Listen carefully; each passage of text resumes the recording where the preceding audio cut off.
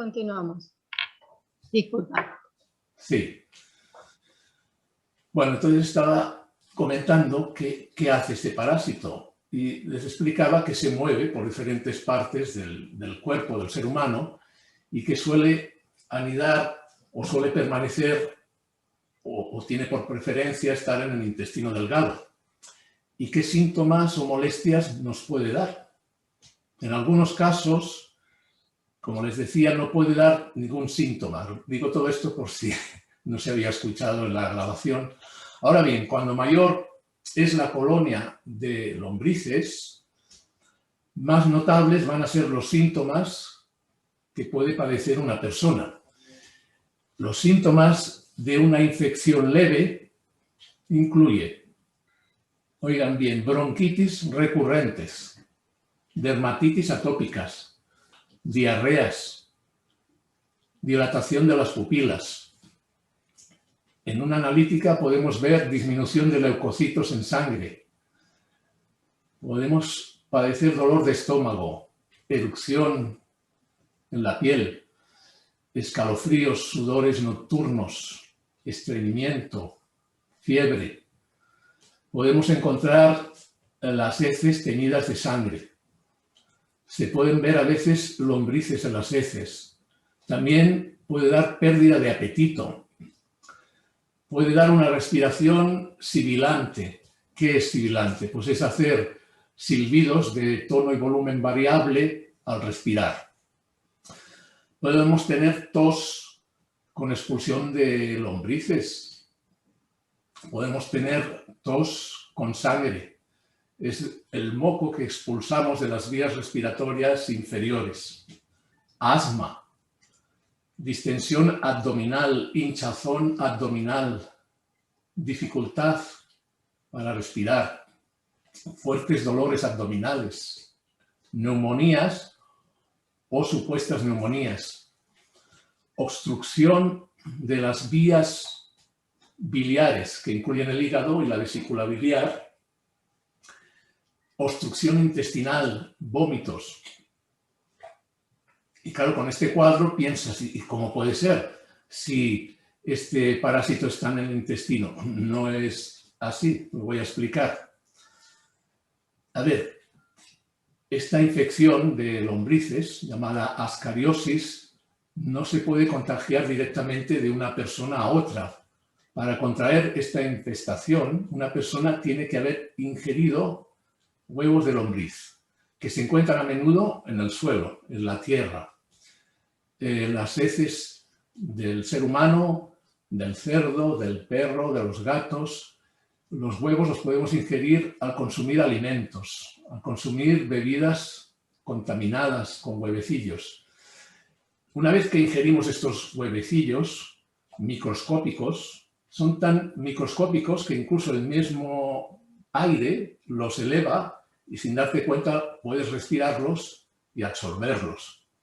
Bueno, una vez se absorben, se incuban en la primera parte del intestino delgado, que es el duodeno.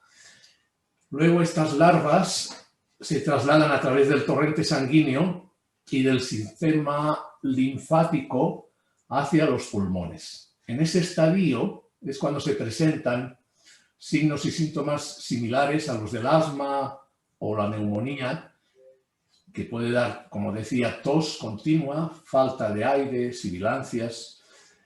Mientras estas larvas migran a través de los pulmones, en una analítica vamos a ver una parte que se suele mirar que se llaman los eosinófilos, que indica que puede haber alergias o parásitos. Entonces vamos a ver cuando están en esta zona que han aumentado y que suelen bajar o disminuir cuando se alojan en el intestino. Después de estar alrededor estas larvas de 2 semanas en los pulmones, se dirigen hacia la garganta, por reflejo se degluten y regresan de nuevo al intestino delgado, donde se convierten en adultos, que se aparean y liberan huevecillos que van a excretarse con las heces. Entonces, este parásito adquiere una madurez reproductiva a los 3 meses de habernos contagiado. Los adultos viven entre 1 y 2 años. La hembra de este parásito, de la lombriz llamada Ascaris, pone, oigan bien, aproximadamente 200.000 huevos al día. El Ascaris excreta permanentemente sustancias que afectan al cerebro y provocan reacciones en la persona infectada, como por ejemplo tics nerviosos. Estos ejemplares adultos de este parásito pueden introducirse en el conducto pancreático, en la vía biliar, en el apéndice, provocando síntomas de oclusión e inflamación. Cuando esta infección es grave, porque hay tal cantidad de parásitos enredados que pueden llegar a obstruir, a producir una oclusión del intestino. En ocasiones, los parásitos adultos que migran y se quedan atascados en la vía biliar y obstruyen el conducto biliar o pancreático, pueden causar pancreatitis o colecistitis o incluso necrosis al afectar los tejidos pancreática. Veamos si es importante, ¿no?, tener esto presente. La oclusión de estas vías del hígado puede aumentar el riesgo de una hepatitis o una ictericia. Como vemos, es un tema a tener en cuenta y prioritario en nuestra salud. ¿Y qué podemos hacer para no tener estos parásitos? Bueno, pues procurar que no se introduzcan a través de la boca. Eso quiere decir que debemos tener precaución de lavarnos siempre las manos con jabón antes de llevar cualquier alimento o manipular cualquier alimento. No mordernos las uñas. Cuando estemos lavando, pelando y cocinando todas las verduras y frutas, antes de comerlas y antes de lavarlas y pelarlas, lavarnos también bien las manos y sobre todo ir con mucho cuidado en estos huertos donde se abona con fertilizantes, porque son excreciones de cerdos o humanas que probablemente ya llevan estos huevecillos. Y ahora, por favor, díganos cómo hacemos para eliminar cualquier parásito que podamos albergar en nuestro organismo. Bueno, dependiendo del tipo de parásito, porque hay de muchas variedades y que causan diferentes afecciones dentro de la salud, hay que hacer un tratamiento específico para ese tipo de parásito en concreto. Pero en general es efectivo tomar, podemos decidir si remedios de farmacia o remedios naturales. En esto hay que tener precaución de evitar hacerlo mujeres que están embarazadas o que estén dando el pecho o personas que tengan alergia a alguno de estos componentes. Como remedios naturales, el remedio por excelencia es el nogal negro, que es oriundo de Estados Unidos. Entonces se puede buscar este remedio en forma de cápsulas o en forma de extracto. Y suele eliminar diferentes especies de parásitos, algunos complejos también, ¿no? Es muy efectivo. También hay una planta que se llama la artemisia, también es conocida con el nombre de ajenjo. El clavo de olor, esta especia también va a ayudar a eliminar los huevecillos.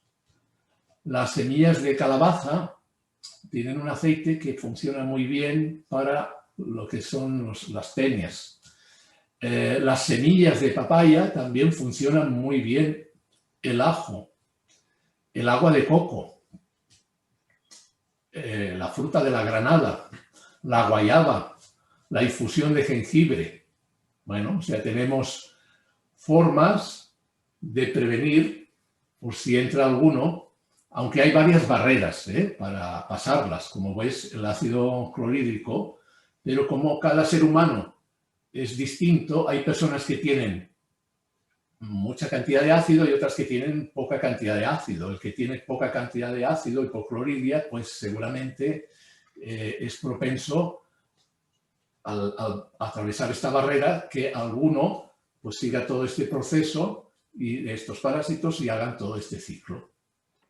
Bueno, ahora voy a hablar de otro parásito que es muy corriente también en los seres humanos, en animales de compañía, como pueden ser perros y gatos también.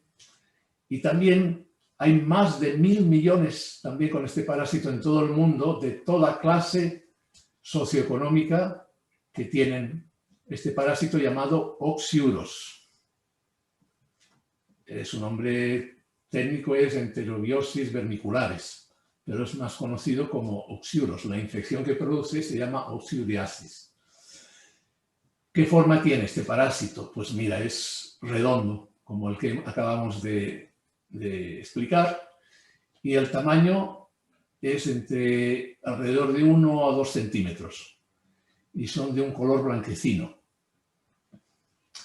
Entonces, estos parásitos, algunas de las personas que me esté oyendo los han visto muchas veces en sus niños pequeñitos, porque ellos los propagan fácilmente a través del contacto con los miembros de la familia, porque juegan en el suelo, adquieren huevecillos en los dedos, en las uñas, se ponen las cosas en la boca y esto pues es fácil ya de contagiarse. Y luego pues al ir tocando objetos de la casa, pues pueden transmitirlos también a los padres o los familiares que vivan ahí. Entonces, las hembras de este parásito son un poquito más grandes que los machos y suelen migrar hacia el recto. Concretamente, esto suele ocurrir por la noche. Rectan hacia la zona perianal y tienen esa zona para poner los oxyuros en los pliegues del esfínter anal, lo que hace que provoca un picor muy molesto. Entonces, claro, a veces el niño pues suele rascarse, con lo cual se contagia de estos huevecillos, o pueden quedarse también en la ropa, en el pijama o la ropa interior que lleva. Las niñas, esta infección puede afectar a la vagina, incluso, y provocar un flujo vaginal.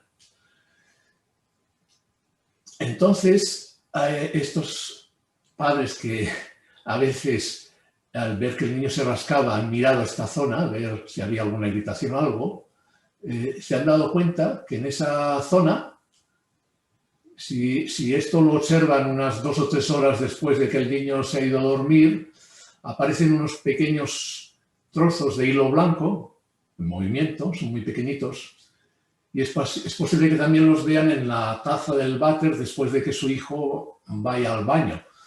Quizás también los vean en la ropa interior por la mañana. Entonces, evidentemente, cuando hay esta infestación, pues hay alteración en el sueño.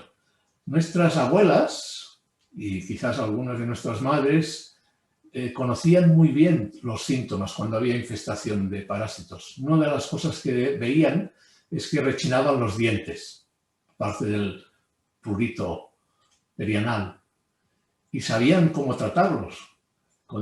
Tenían sus remedios naturales, con plantas, y lo resolvían muy bien. Entonces, cuando hay muchos oxyuros en los intestinos, hay dolor abdominal, porque también dejan residuos de su metabolismo, excretan o eliminan residuos y a la vez producen fermentaciones, con lo cual se generan gases que producen mucho dolor en el abdomen. a veces pueden provocar náuseas también. Las infecciones de oxiuros de por sí no son contagiosas si uno no, esos huevecillos no los absorbe hacia el interior del organismo.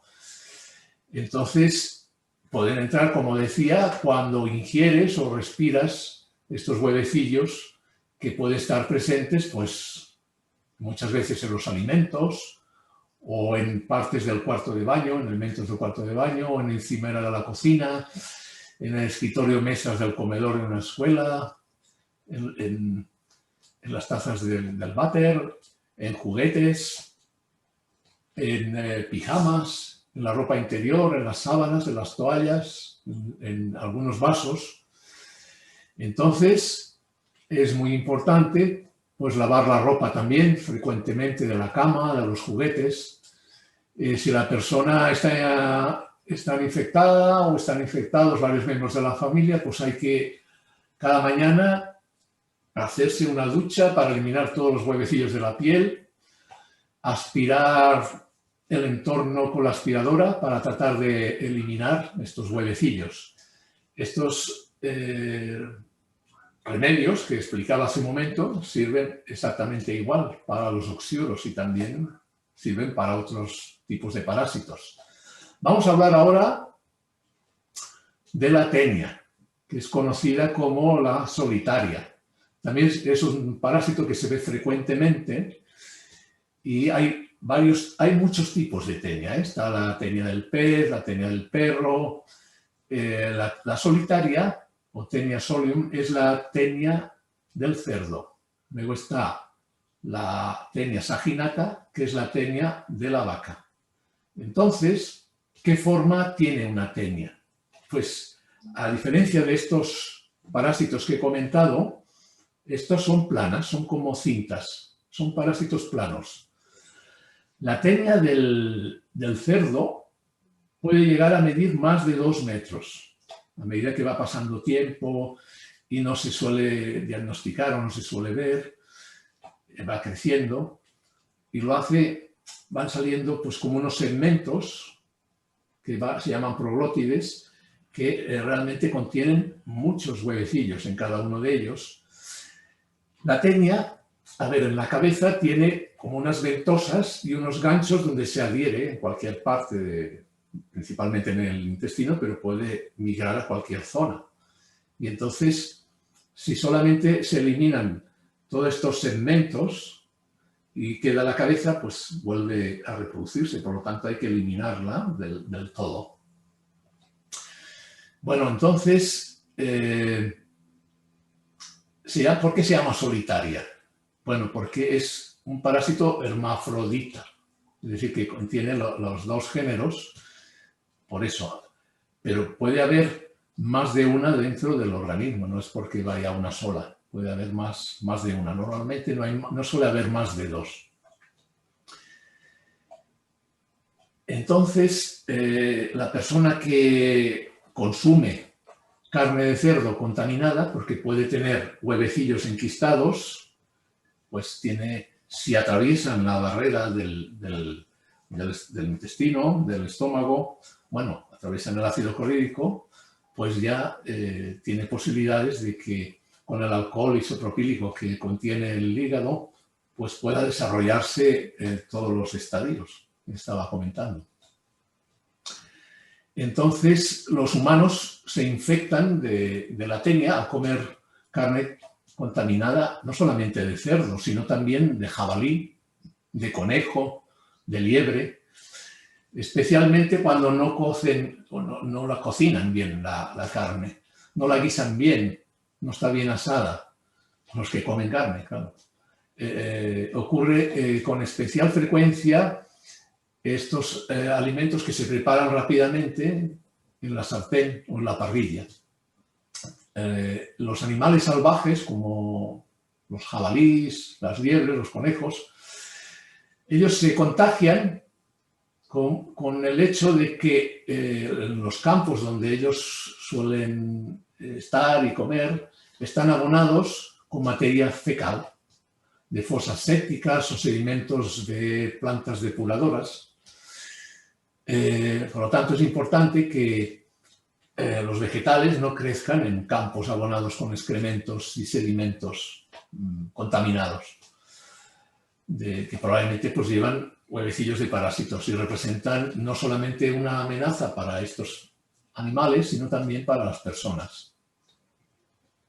Por lo tanto, si consumimos verduras contaminadas, nos convertimos en huéspedes intermediarios, no definitivos, como es el hecho de comer carne contaminada y desarrollar una forma. También hay una forma, porque están los huevecillos de desarrollar esta enfermedad que se llama teniasis, denominada cistercicosis. Es decir, las larvas de tenia, que no se quedan en este caso en el aparato digestivo y no desarrollan la forma de tenia adulta, comúnmente conocida, y atraviesan la barrera mucosa intestinal y entran al torrente sanguíneo, y salen fuera del sistema digestivo. Puede resultar especialmente peligrosa si las larvas de tenia atraviesan la barrera hematoencefálica y se instalan en el tejido cerebral, en los ojos también o en la médula espinal. Esta enfermedad se conoce como neurocistercicosis. También estas larvas pueden introducirse en los músculos. Los síntomas van a depender del órgano que infectan, así como dónde están localizadas, en el órgano en concreto, donde están. Si atraviesan las larvas la barrera hematoencefálica y empiezan a actuar sobre el tejido cerebral, tanto mecánica como químicamente, mediante los productos que ellos excretan de su metabolismo, pues, bueno, pueden provocar problemas realmente graves, sobre todo si invaden el sistema nervioso central, ya que podría dar convulsiones, signos de hipertensión intracraneal, alteraciones del sistema del estado mental, de signos neurológicos o incluso hasta una meningitis también. Cuando no es esta enfermedad que producen cuando salen de esta zona y que están en el aparato digestivo, pues, bueno, aparte de que dan muchos problemas, cuando pasa un tiempo, pues no es tan grave como cuando están en estas zonas que comentaba. ¿Qué síntomas nos podría dar cuando están en el aparato digestivo? Pues adelgazamiento, debilidad, diarreas, dolor abdominal, mala absorción intestinal, náuseas, mareos. A veces se pierde las ganas de comer, el apetito. Realmente el problema grave es la cistercicosis. Bueno, la tenia saginata, que es la tenia de la vaca, también es muy parecida, la forma es plana, pero esta puede llegar a medir más de 6 metros. Entonces, los seres humanos que son infectados por formas larvarias, por carne cruda mal cocinada, por ejemplo, pues el bistec tártaro, el carpaccio, bueno, pues la carne de ternera hecha a la parrilla, etcétera, pues tienen esa posibilidad de tomar huevecillos de la tenia de la vaca. Entonces, estas larvas que van a salir después pueden madurar alrededor de unos 2 meses y se van a convertir en parásitos adultos capaces de vivir años. En general, como decía, puede haber 1 o 2 adultas en el organismo. Bueno, Ahí la tenía del pez también. Bueno, se ha conocido el tema de los anisakis, ¿no? Por la proliferación de comer alimentos japoneses, cocinados. Pero bueno, hay muchos peces que tienen parásitos y a veces dan verdaderos problemas. Ahora voy a hablar de, veo que todavía estoy en el tiempo, voy a hablar de un parásito que es bastante peligroso, problemático, que es la fasciola hepática, que no tiene nada que ver con las tenias, son parásitos planos, son pequeñitos, que los están albergados en el hígado de la oveja, precisamente, ¿no? Entonces, cuando excretan, pues bueno, todo esto pues, puede permanecer ahí en la tierra o en los ríos y entonces pueden contaminar plantas acuáticas, como pueden ser, por ejemplo, los berros. Y al ingerir huevecillos que están incrustados en estas plantas, podemos contaminarnos. He visto casos y a veces realmente graves, pero bueno, hemos podido resolverlos. Bueno, entonces esta infección, cuando es aguda, del ganado ovino y bovino también, pues puede causar pues, dolor. Vamos a ver los eosinófilos en aumento en una analítica, puede dar fiebre, puede dar lo que se llama hepatomegalia, que es un agrandamiento del hígado, un malestar general, náuseas, pérdidas de peso debido a lesión del hígado. Bueno, estos parásitos tienen una boca que van alimentándose de tejido. Su órgano de preferencia es el hígado. Cuando entran al hígado pueden dañarlo por completo. Y la persona incluso puede bueno, quedar bastante mal, afectada. Bueno, entonces cuando es más crónica la infección, pues ya daría, bueno, colitiasis, puede dar ictericia por obstrucción, puede afectar al páncreas también, podría causar una cirrosis. Una cirrosis no solamente es por alcohol, puede ser perfectamente por que se ha instalado este parásito en el hígado. O sea que eso, y a lo mejor pues no le creen cuando ven los valores del hígado que dan, creen que la persona bebe y no tiene nada que ver. Bueno, también lo puede dar esto grasa acumulada en el hígado, una cirrosis. Cuando la grasa se oxida, pues va dañando los hepatocitos, todas las células del hígado. Y entonces, bueno, pues puede afectarlo también. Bueno, pues este parásito realmente es bastante peligroso. Y hay otro parecido también. Yo, bueno, por lo menos todo esto lo tengo en cuenta siempre, ¿no? Cuando lo miro en alguien. Es lo primero que veo, ¿no? Además, bueno, se puede hacer de muchas formas. Hay muchos métodos para hacerlos.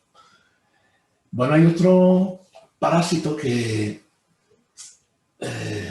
no es muy conocido, pero que realmente se ve con mucha frecuencia. Es lo que se llama un protozoo, que es un parásito microscópico que suele estar en el agua. Y entonces hay la creencia de que las aguas que están cloradas pues eliminan todo. Esto es falso, porque precisamente en el agua corriente, a veces por consumir agua corriente, puedes tenerlo. Este parásito pues, se llama Giardia lamblia. Principalmente suele estar en el duodeno. A veces puede dar flatulencias, pero el síntoma más corriente es hinchazón intestinal. Después también va a haber mala absorción. Puede dar mareos también. Alimentos que normalmente suelen caerte bien, de repente empiezan a caerte mal. Y bueno, entonces hay que ir con mucho cuidado de no consumir aguas que no sean conocidas. Es decir, un agua para que no lleve este parásito tendría que haber pasado, las empresas que se dedican a vender agua mineral, tendría que haber pasado, bueno, pues por un aparato donde elimine todo este tipo de microorganismos. Normalmente es con ultravioletas. Entonces, claro, hay mucha gente que venden aparatos para filtrar el agua y dicen que ya con los filtros de micras se elimina. No es cierto. Son tan pequeños que los pasan. Yo mismo me compré una vez un aparatito de estos con 4 filtros y pillé esta infección. Bueno, tengo que decir que esto depende del ácido clorhídrico. Cuanto más ácido clorhídrico, menos posibilidades de tenerlo, porque los elimina. Entonces eso es la explicación que he encontrado, porque a veces en una familia bebiendo agua del grifo o de una fuente cercana, o van a buscar el agua en una fuente, claro, son aguas que no tienen un control microbiológico, pues algunos miembros de la familia tienen esta infección y otros no. ¿Qué es lo que se ve principalmente? Diarreas acuosas, diarreas y días y semanas. He visto gente que llevan años así y han pasado por esta consulta, por la otra, y que todo está bien, que es dieta blanda, que esto, que lo otro. Claro, esto en una analítica no lo vamos a ver. Hay que hacer pruebas específicas para encontrarlo, ¿no? Hay reactivos para encontrarlo, pero claro, tiene que tener conocimiento de que existe esto, ¿no? El facultativo que trata a sus pacientes, ¿no? Entonces, claro, esto puede dar muchos problemas cuando hay. En algunos casos he visto lo contrario. Una persona de evacuar bien, de repente, padece estreñimiento. O sea, lo que hace este parásito microscópico, que no se ve a simple vista, hay que verlo con un microscópico electrónico, es producir un trastorno en el aparato digestivo. O sea, bueno, entonces el intestino no es capaz de reconocer algunas moléculas de los alimentos y de repente aparecen alergias alimentarias. Ahora está muy de moda, ¿no? Mirar alergias alimentarias y todo esto, pero a veces encuentras esto. O sea que la alergia alimentaria es una consecuencia secundaria y hay una consecuencia primaria. ¿Por qué? Porque las empresas que nos venden el agua para el consumo, pues no tienen en cuenta este tipo de microorganismos. Como no se diagnostica, pues ellos no se van a gastar aparatos que les van a costar un dineral para eliminar bacterias o incluso parásitos de este tipo, ¿no? Porque yo no he visto que ninguna, incluso marcas de agua que ponga este agua no lleva bacterias, porque claro, si no hacen el proceso como debe ser, puede llevarlas, ¿no? Bueno, se ven casos a veces, lo que pasa que solo son casos los que se hablan de gente que es famosa y conocida, ¿no? Que ha pasado, ¿no? El equipo de fútbol tal, pues han tenido todos una afección por beber agua, tal cual. Bueno. Entonces, luego hay otra afección que también es muy recurrente, pero ya no son parásitos, son hongos. Hay un hongo muy corriente. Bueno, aquí podríamos estar hablando horas y horas de todo esto, pero vamos, estoy hablando lo más corriente que se ve, que es la Cándida albicans. Es un hongo que vive dentro de nuestro organismo, que se alimenta de residuos, está controlado por un ejército, que es la flora intestinal, la flora vaginal en el caso de la mujer, la flora bucal, vive en algunos pliegues, pero mientras la flora está bien, no se ha desviado adecuadamente, pues nosotros nos hace un beneficio porque él se alimenta de residuos y no produce ningún problema. Entonces, cuando hay un equilibrio en este aspecto. ¿Qué sucede cuando esta flora es perturbada, se desvía, se acidifica, se altera o se pierde? Por ejemplo, cuando se toman antibióticos hace años y años que yo lo vengo diciendo, pues recétale probióticos, porque el antibiótico va a afectar también no solamente a las bacterias perjudiciales que se van a tratar con él, sino va a afectar a estas bacterias que son beneficiosas, que forman parte de esa flora intestinal. Y vas a producir una candidiasis sin darte cuenta. O sea, estás tratando una infección, pero le vas a provocar otra. La vas a provocar en el intestino, luego va a pasar a través de ahí o bien al aparato urinario o genital. En el caso de la mujer es frecuente, candidiasis vaginal, con todos los síntomas de picor, malestar, irritación en esa zona. Luego, la cándida produce micotoxinas. Se han catalogado más de 50 micotoxinas que afectan y dañan los tejidos. Y bueno, pueden producir afecciones severas. De hecho, cualquier zona donde están, las puedes encontrar en cualquier parte del organismo. Las he encontrado también en nervios cerebrales. Entonces, una cosa que quizás no se toma en cuenta, bueno, hay medicamentos fuertes que nos van a dañar la flora intestinal, pero si la regenera rápidamente, pues no va a ocurrir esto. Pero hay una cosa, como decía, que son los estados emocionales. Los estados emocionales están muchas veces detrás de las infecciones de cándida, sobre todo cuando ha habido mucha ansiedad, enfado, problemas que están ahí dentro. Todo eso va a hacer una perturbación en el pH del organismo y va a aparecer la cándida. La cándida sube por el sistema linfático y puede ir a cualquier zona del organismo. Y vamos a encontrar afecciones, problemas de funcionamiento de órganos. Las puedes encontrar en cualquier parte del organismo, las cándidas. O sea que cuidado, ojo, con gestionar adecuadamente los estados emocionales, sobre todo esos que perduran durante mucho tiempo. Bueno, estoy prácticamente en el tiempo. Entonces, con respecto a todos las ponentes que vayan detrás, pues vamos a abrir el turno de palabra. A ver si el maestro Felipe Granado. Muy bien. Bueno, pues preguntas que tengan las van escribiendo y nosotros se las vamos pasando aquí al profesor. Bien. Me gustaría saber cuáles son los veremos en analítica para asegurarnos de que son